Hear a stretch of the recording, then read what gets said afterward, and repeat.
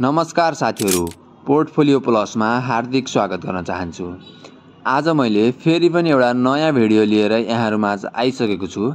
आज यस भिडियोमा रहेर मैले फेरि पनि नयाँ एउटा कम्पनी जसले चाहिँ आईपीओ निष्कासन गर्न गइरहेको छ त्यसको बारेमा चाहिँ कुरा गर्न गइरहेको छु। कम्पनीको नाम रहेको छ विकास हाइड्रो पावर लिमिटेड कम्पनी, जसले चाहिँ आफ्नो सर्वसाधारणहरुका लागि भनेर चाहिँ आईपीओ निष्कासन गर्नको लागि तयारी गरिसकेको छ।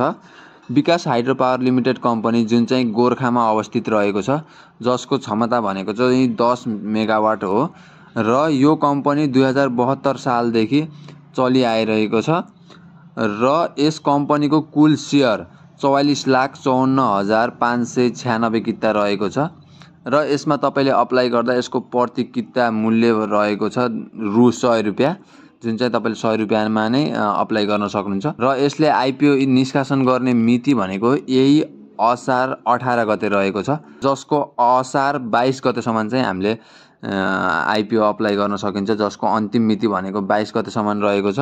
यदि आवश्यक परेमा चाहिँ फेरि कम्पनीले थप 10 दिन चाहिँ एड गर्नेछ यदि अन्डर सब्स्क्राइब भएको खण्डमा र यसमा तपाईले कम्तीमा 10 किता र बढीमा 10,000 कितासम्म पनि तपाईले अप्लाई गर्न सक्नुहुन्छ।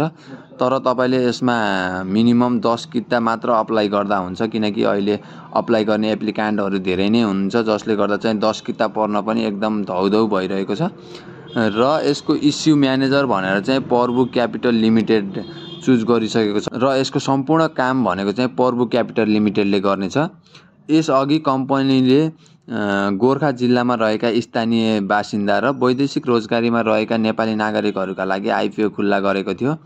वैदेशिक नेपालीहरूका लागि आरक्षित 3,54,000 कितामा 72,000 भन्दा बढी लगानीकर्ताहरूले आवेदन दिएका थिए, जुन भनेको चाहिँ झन्डै 4 गुणा बढी हो।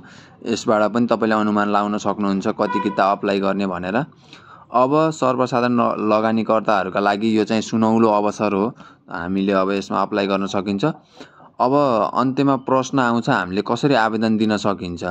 यसमा आवेदन दिन केही गाह्रो छैन, तपाईले आफ्नो मेरो शेयर आईडी प्रयोग गरेर अप्लाई गर्न सक्नुहुन्छ र सिआसबा सुविधा भएको नजिकको कुनै बैंकबाट पनि तपाईले यसमा अप्लाई गर्न सक्नुहुन्छ र यसमा अप्लाई गर्नु भन्दा पहिला चाहिँ तपाईले एकदम ध्यान दिनुपर्ने कुरा के रहन्छ भन्दाखेरि तपाईले आफ्नो बैंकमा चाहिँ ब्यालेन्स पुग्छ कि पुग्दैन भनेर चाहिँ एकदम वाच गर्नु होला। यदि तपाईले अप्लाई गर्नुभयो तर तपाईको खातामा पैसा भएन भने चाहिँ जसले गर्दा चाहिँ तपाईको आईपीओ स्वतः रिजेक्ट हुनेछ, त्यसैले तपाईले सर्वप्रथम चाहिँ आफ्नो बैंक खातामा चाहिँ ब्यालेन्स मेन्टेन गर्नु होला र यसको रिस्कको कुरा गर्ने हो भने चाहिँ इक्रा नेपाल कम्पनीले यस कम्पनीको वित्तीय व्यवस्था हेरेर चाहिँ यसलाई BBB- रेटिङ चाहिँ दिएको छ, जुन भनेको चाहिँ मिडियम रिस्क कम्पनी हो। यसमा तपाईले अप्लाई गर्न सक्नुहुन्छ। नेपालको जलविद्युत क्षेत्रमा स्थानीय आम्दानीको सम्भावना हुन्छ र शेयर बजारमा यस कम्पनीले राम्रो प्रदर्शन गर्न सक्छ भन्ने चाहिँ अपेक्षा गर्न सकिन्छ अरूको कम्प्यारिटिभ हेर्ने हो भनेपछि।